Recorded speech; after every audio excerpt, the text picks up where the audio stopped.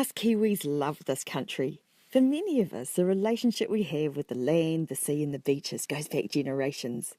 They are more than just a place, they are part of who we are. But now, a treasured part of our Kiwi lifestyle is at risk.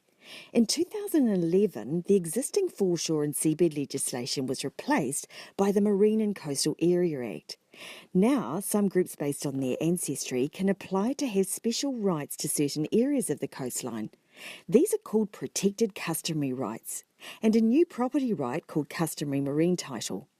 Right now, there are nearly 600 claims for these rights, and they cover every single inch of the New Zealand coastline, from the highest tide mark to 12 nautical miles or 22 k's out to sea, all harbours and estuaries, the soil and rock beneath, and the airspace above.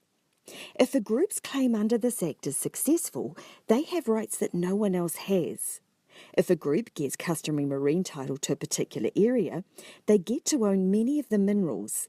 They get to say yes or no to activities that need resource consents or permits in the area. They get to tell DOC yes or no to certain conservation activities. They get to stop people accessing areas designated wahi tapu, with trespassers fined up to $5,000. The thing is, New Zealand has resource management controls in place to make sure our resources are used sensibly and carefully. But if a group is granted protected customary rights, it means they'll be able to take the resources of the coastal area and use them for their own purposes, including commercial use. Many of the claims that have been lodged say that they want to take resources such as sand, shingle and rocks.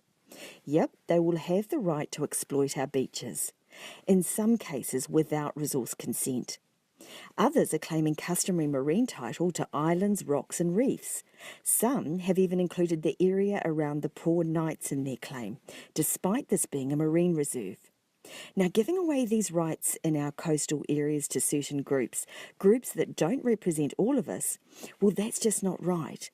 What if the decisions they make are bad for the environment? Who's going to be accountable?